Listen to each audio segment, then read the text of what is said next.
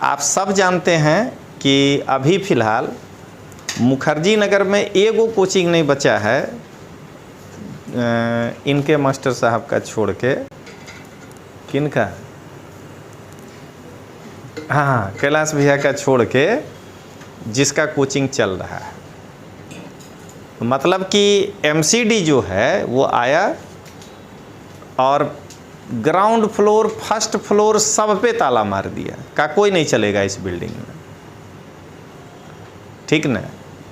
कई लोग उसकी आलोचना कर रहे हैं, लेकिन ये एक व्यापारिक दृष्टिकोण है आपका कि उसकी आलोचना कर रहे हैं। आखिर वो क्यों इसको बंद किया, उस चीज़ को पहले समझिए। एक छोटा सा गप, ये देखिए, एकदम इतने गो का सीढ़ी है जिसमें कि 2 गो आदमी चढ़ेगा और 2 गो आदमी उतरेगा, और बहुत होगा तो 3 गो होगा घुसने के लिए। और उसके सामने 1, 2, 3, 4 और 5 ऑफिसेस। इस चीज को समझिए। अब ये 5 ऑफिस है तो ये सोचकर बनाया गया था ना कि इसमें 2 गो, इसमें 3 गो, इसमें 4 गो, इसमें 5 गो, ऐसे करके 10-20 गो आदमी होगा, उतर जाएंगे। एक तो पहले इस समय जब ये सीढ़ी बनाया गया उसी समय गलत किया एमसीडी, क्योंकि वो 4 मंजिला बिल्डिंग बनाया है, तो एक सीढ़ी के एक फ्लोर पे अगर 10 भी स्टाफ है तो इसका मतलब अगर कोई आग उग लगा 50 लोग नीचे उतरेगा। उस समय वो नहीं सोचा। लेकिन आगे तो और गंभीर हो गया ना, ई दीवाल कट, इसमें हो गया कि यहाँ से यहाँ तक 200 लड़का बैठेगा, नहीं तो कोचिंग में प्रॉफिट ही नहीं होगा। अब बोलिए, हर फ्लोर पर 200 बिठा दिए हैं। अब बताइए अगर कोई घटना घटा तो 1000 आदमी उतर पाएगा उस सीढ़ी से? तो हमेशा ध्यान रखना है, सब कुछ बाद में, पहले आर्टिकल 21। अब यहाँ तक पढ़ाने के बाद बता रहे हैं सब कुछ बाद में, सबसे पहले आर्टिकल 21 होगा कि जीवन की स्वतंत्रता। तो इसके लिए बंद कर दिया। अब एक दूसरा पहलू बता रहे हैं, तो इस पर सबको एक ही चीज़ पे गप कर रहा है कि ये वाला एनओसी होगा, ये वाला एनओसी होगा, फायर एनओसी होगा। लेकिन अभी देखिए कि उसका बदलाव क्या हुआ, उसके बारे में आपको बता रहे हैं। अब इस मुखर्जी नगर के समूह में एक अत्यंत चालाक किस्म का प्राणी रहता था और उसका नाम था दृष्टि का संचालक, बल्कि है विकास दिव्यकीर्ति। समझ गए? सबसे पहले तो सोचिएगा कि इंडिया में जाति प्रथा को नकार दें, ये हो ही नहीं सकता है, क्योंकि आपका टाइटल आपके साथ जुड़ा है। अब आप एगो क्रांतिकारी हो के टाइटल हटा लीजिए तो उससे थोड़े जाति प्रथा हट जाता है। तो पहले तो अपना टाइटल में घालमेल किया है, दिव्यकीर्ति रखा है। अब वो चक्रवर्ती है कि क्या है पता नहीं। ठीक है, तो अब सुनिएगा, वो उसके पर्सनल लाइफ का है। वो क्या कहा कि मैं निकल करके जा रहा हूँ नोएडा।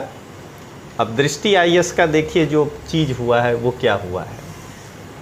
नोएडा में वो एक प्लॉट खरीदा, या पता नहीं उसमें एगो फ्लोर भाड़ा पर लिया, जो भी हो, लेकिन ये बिल्डिंग बहुत आकर्षक दिखा रहा है कि ये है हमारा बिल्डिंग।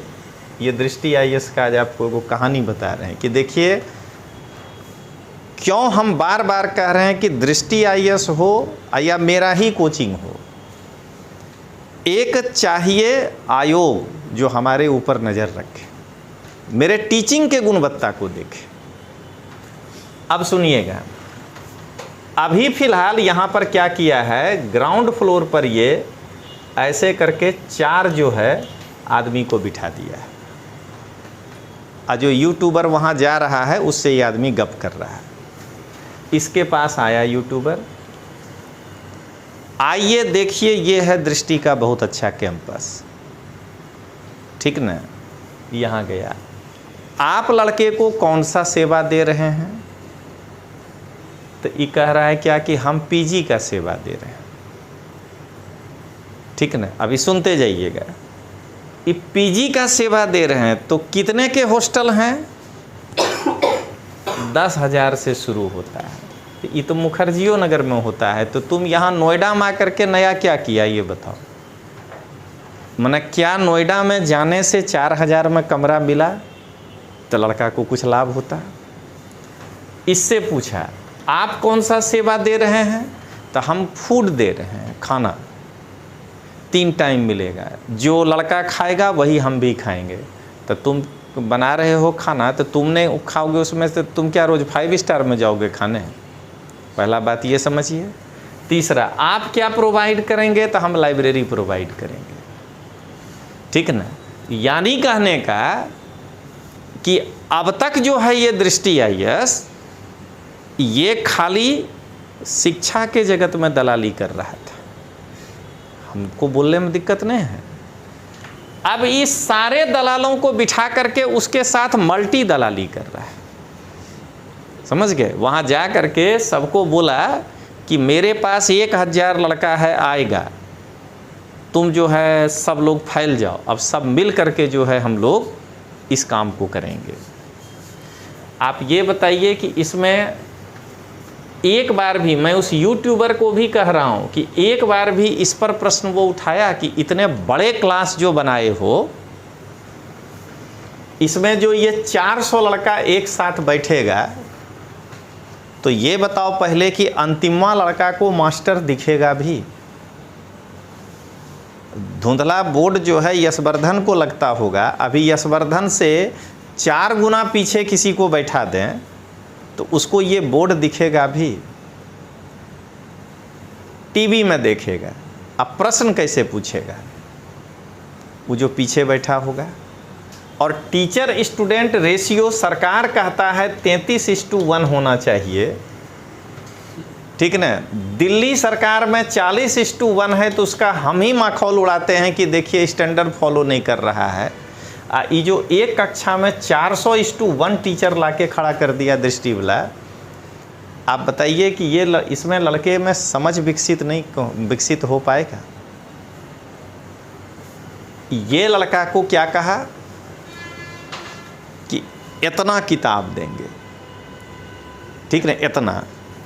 एक बार जरा उस दृष्टि के ऑनर से पूछिए कि तुमको पढ़ने दे देंगे तो पढ़ लोगे 1 साल में? क्योंकि हर आदमी के पढ़ने का तो एक ये होता है। तो विकासे दिव्यकृति से पूछिए कि तुमको 1 साल देते हैं मौका, मेरे ऑब्जर्वेशन में रहो, और जितना तुम मटेरियल दिए हो हमको टॉप टू बॉटम पढ़ के सुना दो। इस पर कोई चर्चा नहीं कर रहा है, गुणवत्ता पे कहीं चर्चा ही नहीं है। और अब क्या होगा? तो इसको कहेगा कि टेस्ट सीरीज, ऑब्जेक्टिव टेस्ट ले रहे हैं, मशीन में कॉपी चेक हो रहा है, यानी वहाँ पर एक लेबर टाइप के आदमी को रख दिए हैं 10,000 में। मेंस कोई बात नहीं, हर साल मेंस उसी के कोचिंग में फेल करिए और उसके बाद 10,000 रुपया लीजिए और कॉपी चेक करिए।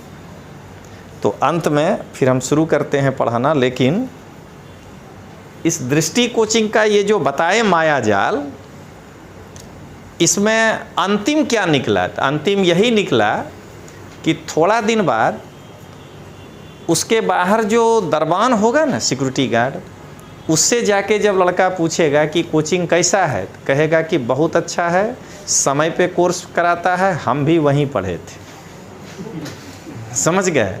फिर जाएगा अंदर, रिसेप्शन पर जो बैठी होगी लड़की, कहेगा मैडम जरा कोचिंग के बारे में। अरे बहुत बढ़िया है, 1 साल में कोर्स पूरा होता है, हम भी वहीं पढ़े थे।